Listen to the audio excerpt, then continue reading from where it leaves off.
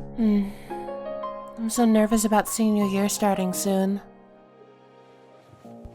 Sometimes I wish you could talk, Puddle. I wonder if you'd give me good advice. Huh? If you stand really still, predators can't see you. Uh...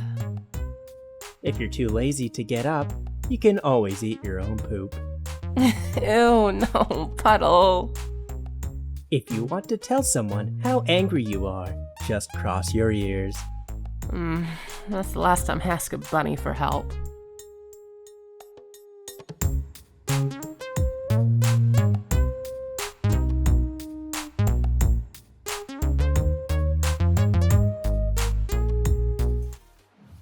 Hi, everyone, and welcome to the Transgender Show. I'm your host, Emily.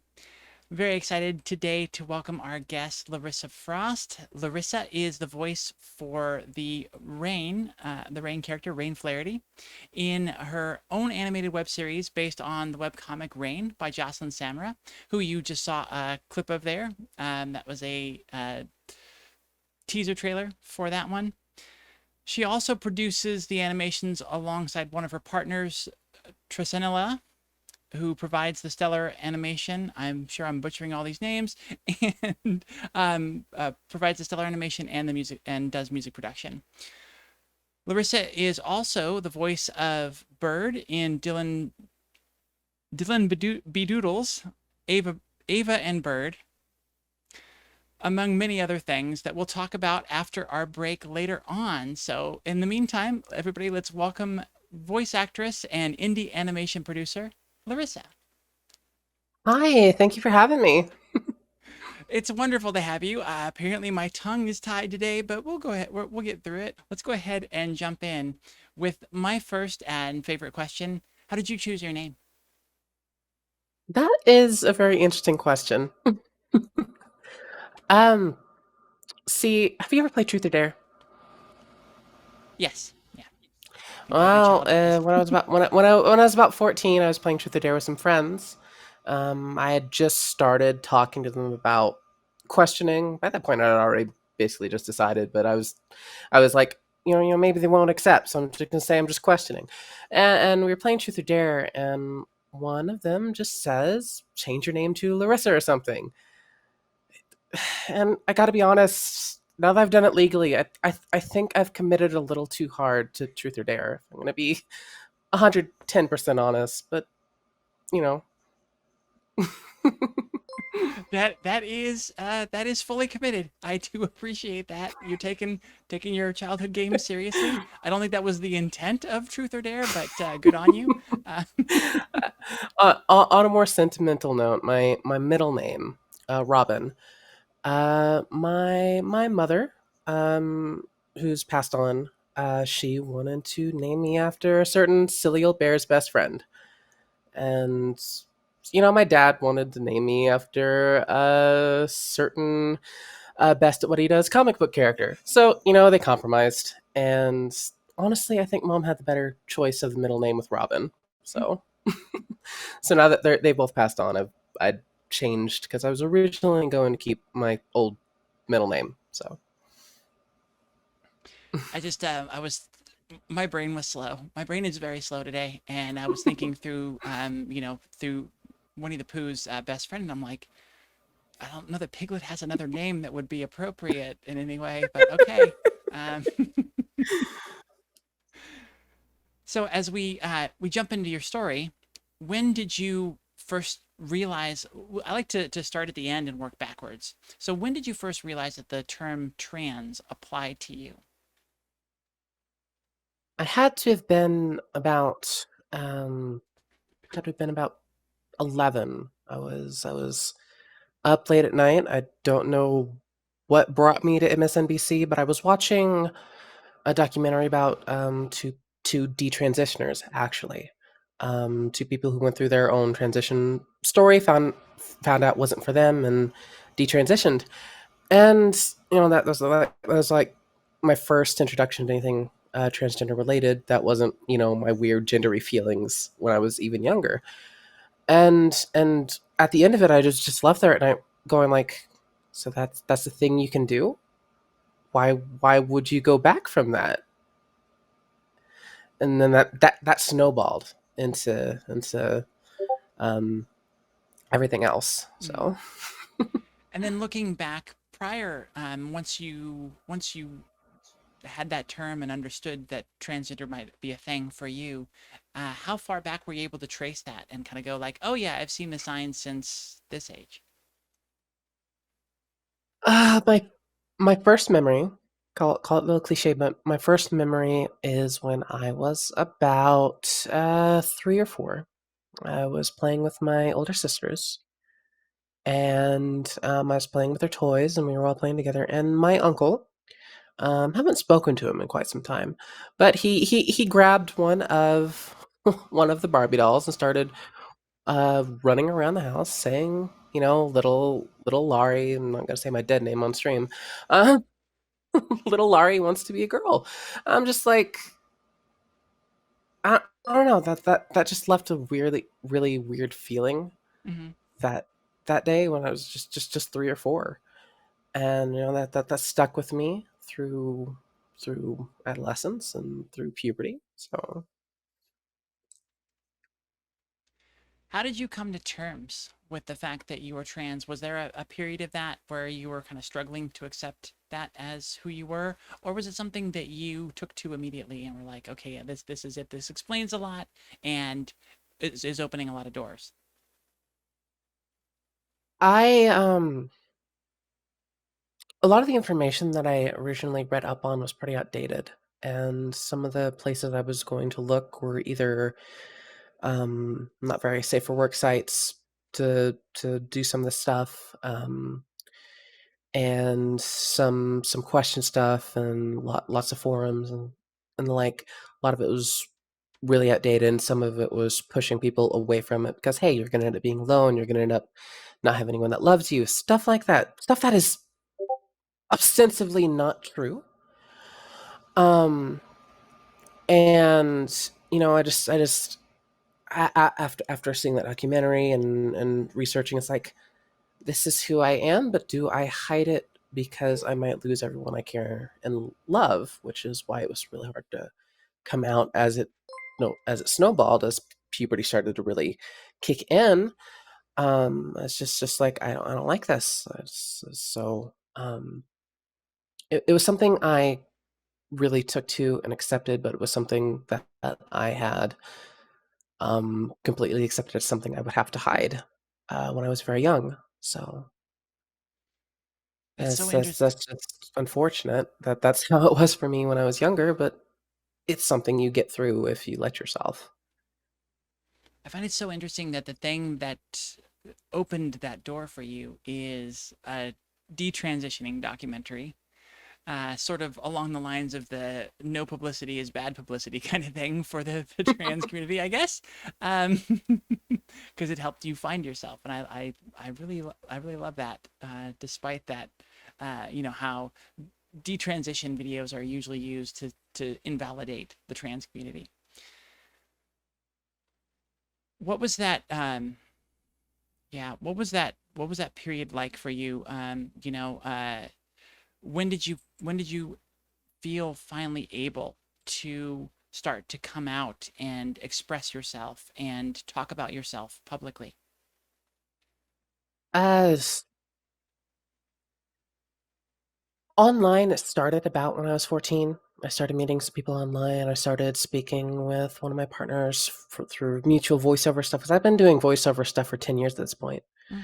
And met her and started going over her own gender journey, because I think at that point she had just very recently started hormones herself. Um, but I started really getting confidence in myself as Larissa, through being myself online and slowly coming out to some people in real life. And eventually it just became this, well, I'm not out to like the whole school, but I'm out to everyone I'm really close to, so I could just be myself around them. That's kind of how it was for a lot of my teens. Um, so And then, what was your coming out process publicly? Did you send did you do like a Facebook post? Did you send individual messages to folks? Did you get everybody together for a big party to say, here it is? What was your approach to it? The first person aside from close friends I came out to was my mom. That was really hard to do that. And I asked if she wouldn't tell my dad yet because, I didn't, I was worried how to react. But, that night, because I have freakish hearing, I heard she told him. So, he knew. And we just both kind of acted like each other didn't know that it was something known for a while. Hmm. But as far as coming out, I sort of just changed my name on Facebook and hoped people would figure it out. And um, kind of just started showing up to LGBT stuff at my high school campus. The 4 or 5 people that were there, and it just kind of came together. There was no like big "Hey everyone, I'm trans." It was just a sort of maybe people will figure it out. I'm just not going to advertise it, but it's there, and a lot of people did figure it out. So That's good. That's good when people get the message and you don't really have to make a big deal of it. Who someone from my someone from my high school actually messaged me on Facebook a little bit after. It's like, oh, so you finally realized you were supposed to be a girl, and it kind of hit me in the face. It's like, wow, I my closet door was just made of cellophane, wasn't it? Yeah, you'd been hiding this whole time in the closet. So who was the person that was most difficult for you to talk to at this time? It was my dad. He's passed on as well. It was partially, I think, is he said some things throughout the last couple of years of his life that they made me question, like, hmm, okay, is it familial? But I just really wasn't sure how he would take it, so it was just really hard to say anything.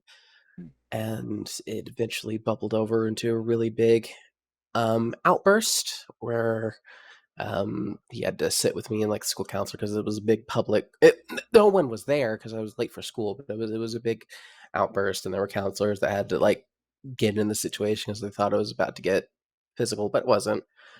But it ended up being just a really, really rough day where it was both of us facing the music that we both knew, and we've just been acting like we hadn't for a while.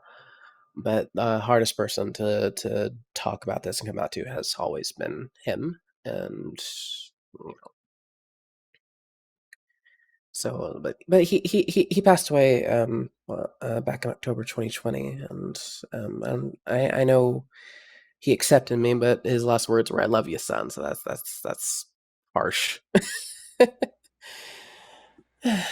Accepted you in the way that he could, which wasn't Hmm. full and complete for you. And I'm sorry that that's how it ended for you, and you didn't get the level of acceptance that you deserve and the closure you would have liked on that.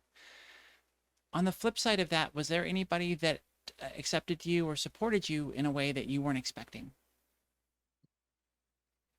When I came out to my current fiance, um, I really expected her to kick me out of the truck, but she just hugged me, and we sat there and talked for about an hour in the school parking lot, and just wasn't expecting that.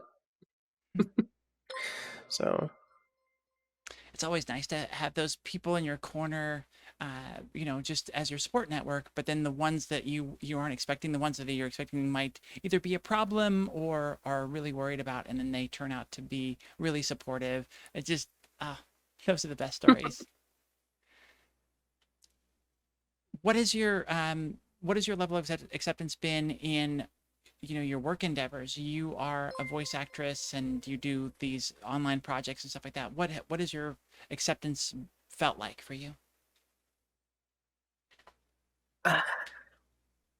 throughout the beginning of my transition, I had a lot of people who, because the very first thing I worked on was my voice. So a lot of people, they just didn't know, they didn't believe me until I started doing voices for them, different voices.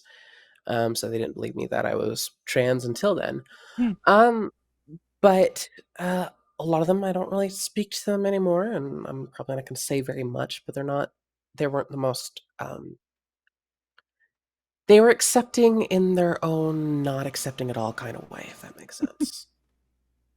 It was it was very much you're my friend and you're trans, that's cool, but never really showing support any other way Mhm. type situation, if that makes sense. Yeah. Um, as far as through acceptance through career and stuff, one of my first voiceover projects, I was voicing for someone else who was making indie animations.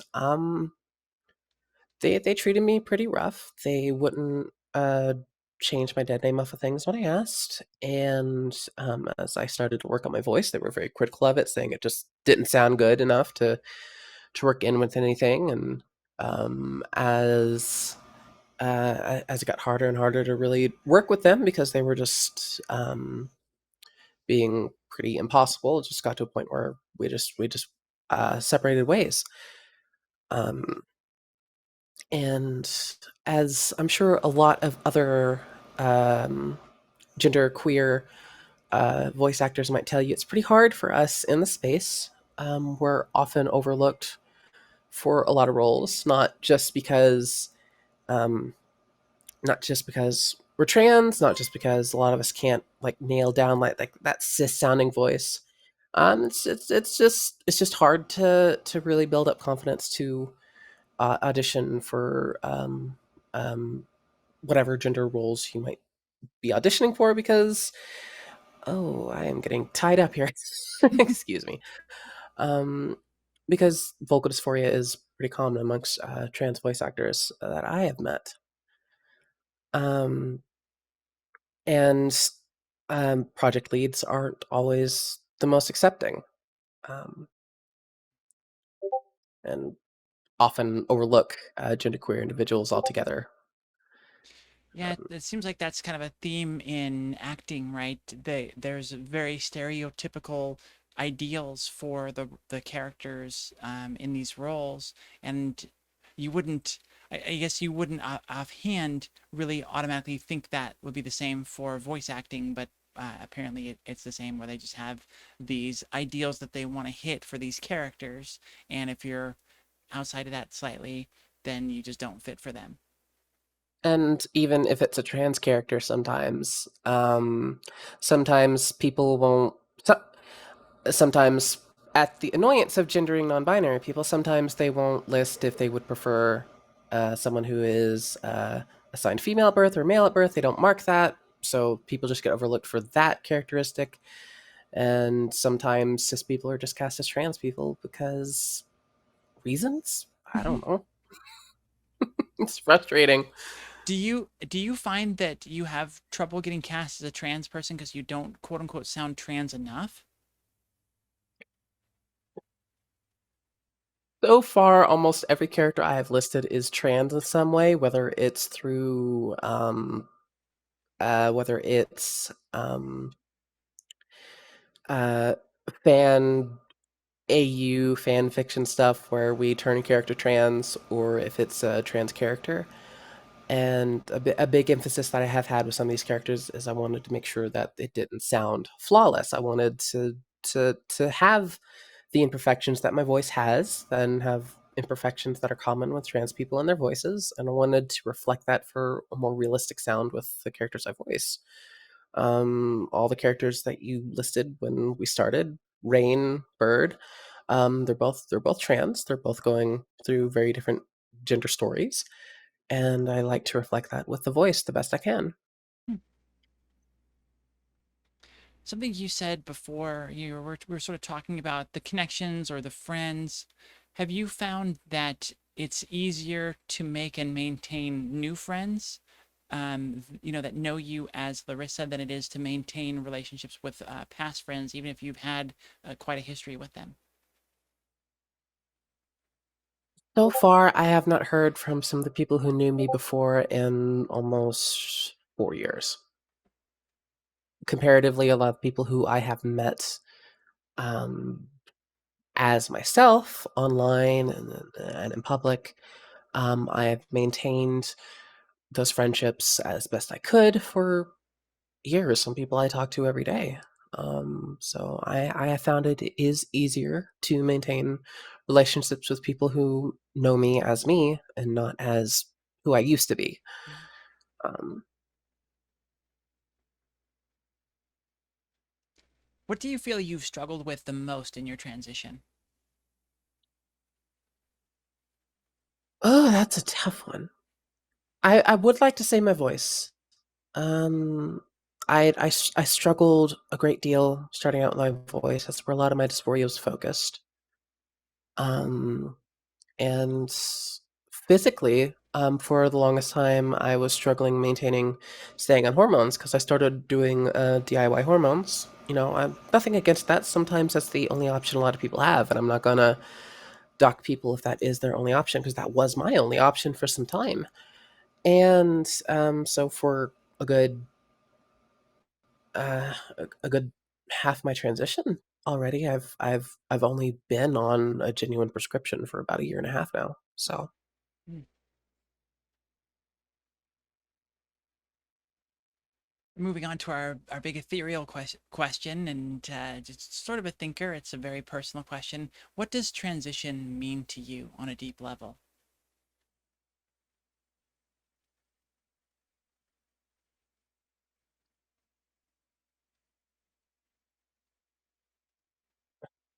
that's a tough one. That's a tough one. uh, I'd say transition for me and where I'd like to be because I still have quite a ways to go. For me, it just looks like finally being able to sit down and be wholly comfortable with myself, with my voice, with my body, with just everything. And I'm getting there. You know, I've just very recently gotten my name legally changed this year, and I've already gotten all my documents updated. Still need to get all my bank stuff updated, but you know, I've been on hormones for 4 years now, and it's just it's getting there. But to be able to sit down at the end of the day and just be content with myself, that's what it looks like for me. Mm. And for everyone else, you know, there's no right or wrong way to transition. If you want to just change your name, your pronouns, and just dress differently, you do you. If you want to go um to the to the tens, you want to go all the way, do that because all the way is what you make it. So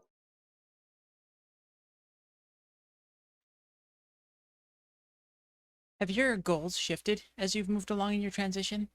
Did you have anything that you set out to do when you started, or like, kind of had a plan, and then you're like, that isn't important to me anymore, or had things that you weren't thinking of doing that you're pursuing now?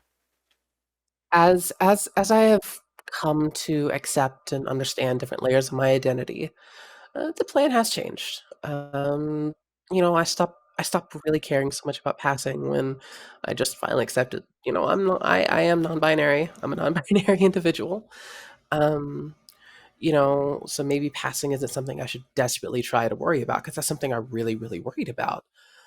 And as far as having a plan, an old partner of mine back when I was first coming to terms with myself, I'd have these like this big sort of plan. So I'm gonna start hormones before here and there, have surgery here and there. It's like that hasn't happened. plans plans when it comes to yourself are inherently organic, just like you are, and they'll change as you learn more about yourself. And you know, right now I'm working on fundraising for surgeries and stuff and calling to take further steps into my own process. Um, What are some of so the key fears that you've had as you've looked to get into some of those things as you've gone through your journey, and how have you overcome those? like I initially said, when I first started exploring these parts of myself of gender and the like, I had a really big fear of being alone. Um, it's tough to talk about, but I did suffer a pretty traumatic childhood that's left me with pretty chronic CPTSD, and that leads to loads of issues when it comes to being left behind and thrown away, stuff like that. Mhm. So to be presented with this world of transitioning, being trans, and coming to grips with that identity, um, I was it was a lot to swallow. There's always this lingering fear that I'm going to be alone one day, and that's still hard for me to swallow. Um, Even now, as I have some of the most loving and caring people all around me. So Hmm.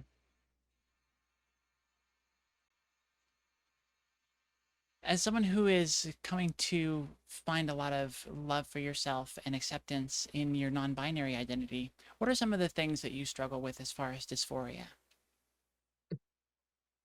definitely right now, bottom dysphoria.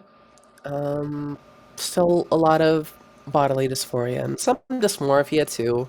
You know, we all look at ourselves differently than how everybody else does. Um, so as far as that goes, it I would describe my gender as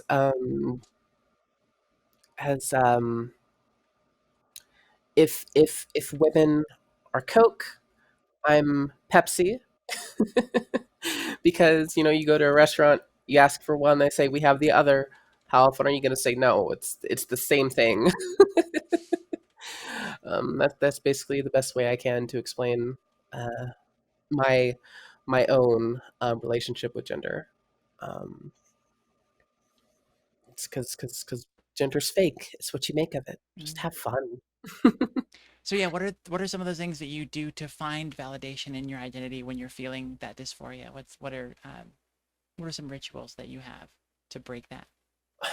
I like to remind myself that I am making steps, that I am working to alleviating the things that I'm dysphoric about. Um, as for rituals, I'm tough to define what a ritual would be in that sense. But if I'm having like a really rough time, really rough day, I just dress the nines and go out and enjoy a nice night where I'm looking good and enjoy the stairs. Whether they're stares of confusion or stares of admonishment, they're still good. So make me Mm. feel like I am seen. So How do you feel that your transition has affected your mental health on the whole? I would say that I'm happier than I've ever been, day in, day out. There are still issues. There's still struggles that are akin to other things that have gone on in my life. I have mentioned that I have pretty chronic CPTSD, and that does affect me on a lot of levels from day to day. And on top of that, I have ADHD, which likes to manifest as a lot of many different anxiety disorders. A lot of the doctors I speak to don't really pin it down. My therapist just labels me as neurodivergent at this point because it's so broad. Mm. Um, but as a whole, when it comes to myself and how I feel, I'm happy. I'm happy with where I'm at. I'm happy with where I'm going, and I'm happy with who I am. What would you say are the biggest hurdles that you've faced, either internally or externally along your journey?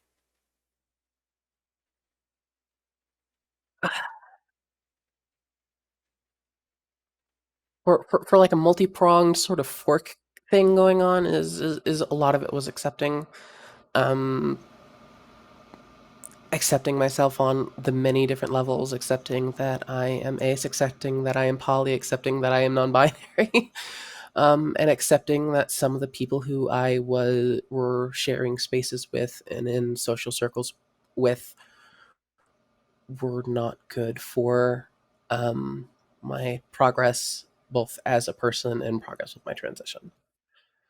Um, 'Cause early on, I not say that there weren't good times. You often have good times with bad people. That's just how it is. But it was very much um is very much I didn't see the writing on the wall with certain people. And there were also trans individuals who chose to express their struggles, their strife in very destructive ways, both personally and outwardly in their expression of their gender and their self. Um, oh, hi there.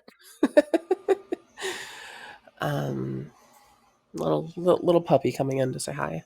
Mhm. We see Um, we see a moving blur on our end, so she announces herself every time she comes to the room because she has so much stuff on her collar right now. um, um, but internally, it was accepting that maybe gender's more than just A or B, because a lot of people they don't really want to accept that there can be lots of deviations, lots of in betweens, lots of out of the parks. And that took a while for me to accept myself. And once I did, I was able to accept myself. Um,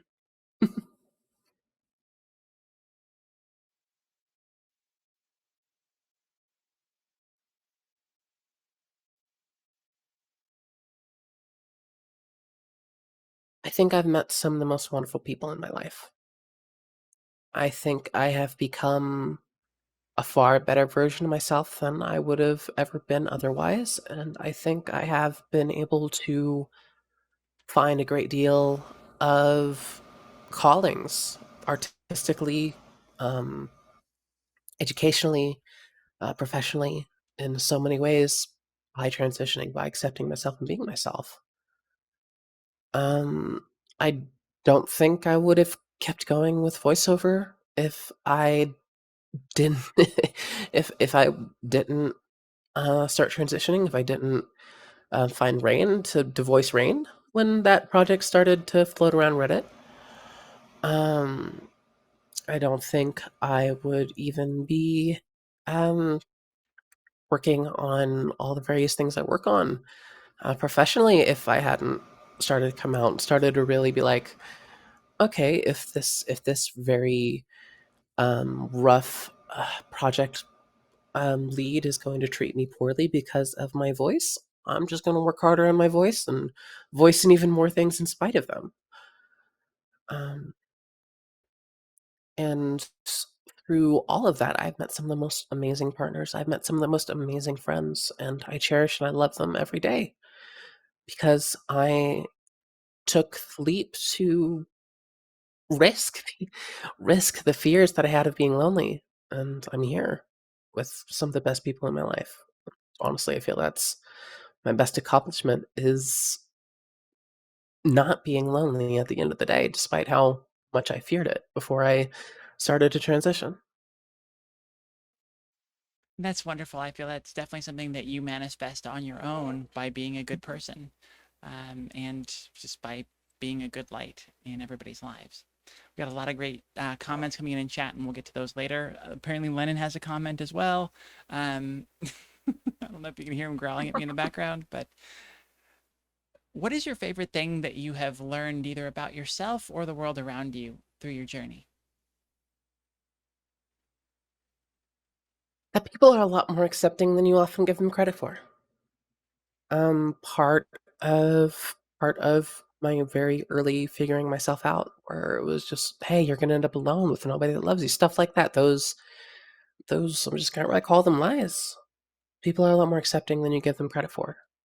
I was really terrified to come out to my family, to my parents, and even if they accepted me in their own way, my mom would stand up for you know one of she used to work in food service for the last few years of her life, and She had a coworker who was cisgender but was very androgynous in just how they looked. And of course there was a very transphobic customer and just outright said we're not going to be served by one of them. And my mom told them off, and she told me it was because of me that day when she got home. And my dad, in his own way, accepted me. And on occasion, he would mention, you know, whenever my sister, she was about to have one of her kids, it's like, I bet you hope it was a boy. And my dad just looked at me from across the room. It was like, oh no, I don't mind. Some of my best kids are girls. And that hit me. Sorry.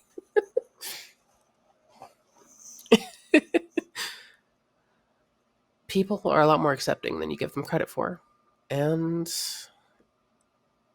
if you whew, sorry. And if you allow people to accept you, you'll find that you won't be alone.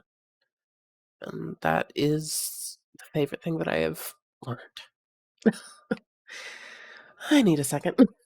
That's so beautiful. Yeah, that's so wonderful. That message that to make sure that you're not lonely, you have to allow people to accept you. You have to allow them the chance to love you and accept you.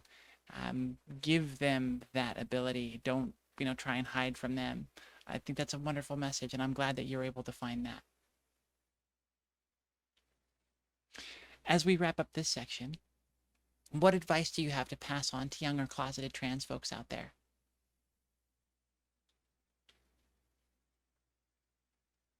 For starters, there is no such thing as too late. But if it's something you want, if it's something that you know you need that will make you happier, that will make you happiest, take the leap. Accept yourself, however shape that turns out to. And if you're wrong, oh well. You learned more about yourself. If you're right, good. You learned more about yourself. Take the leap. Trust yourself and trust that other people will accept you if you let them. Another very beautiful message. Thank you so much for sharing that. Larissa Frost, thank you for coming on the show and sharing your story. It's been wonderful to have you here. Thank you for having me. It's been wonderful being on.